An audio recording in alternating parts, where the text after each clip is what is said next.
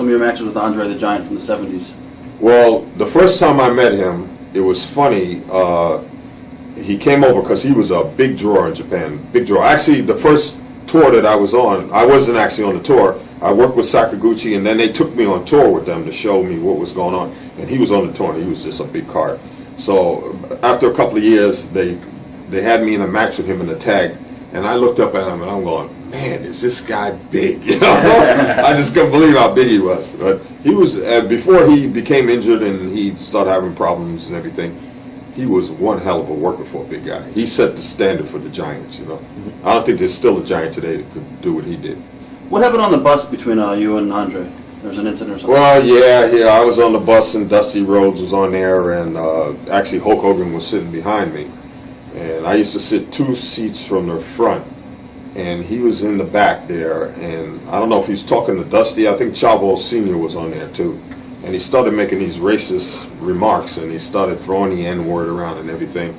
And I'm like half sleeping. I can't believe what I'm hearing, you know. What? So then I said Hogan, not Hogan, excuse me. I said, Giant, Andre.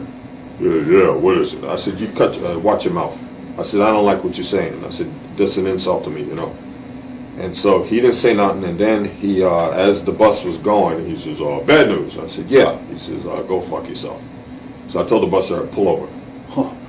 I said, pull over. I said, you come on out this bus and you tell me that to my face. So he wouldn't get out the bus. And Stan Hansen was there too, and then we got off the bus to the hotel, and Stan was trying to, because he knew I was just really just pissed off, right? And he says, Alan, hey, he's drunk, don't worry about it. I said, I don't want to hear that. And I went up to my room. And I didn't sleep all night because it really bothered me, you know. So the next day, I came down early, and we were going to the next town, and I was waiting by the elevator. And as he got off the elevator, I said, Andre, I want to talk to you. Well, what is it? I said, let's go outside. He didn't want to go. I said, no, let's step outside. If I wanted to do something to you, I'd have jumped you as soon as he got off the elevator. Let's go outside right now.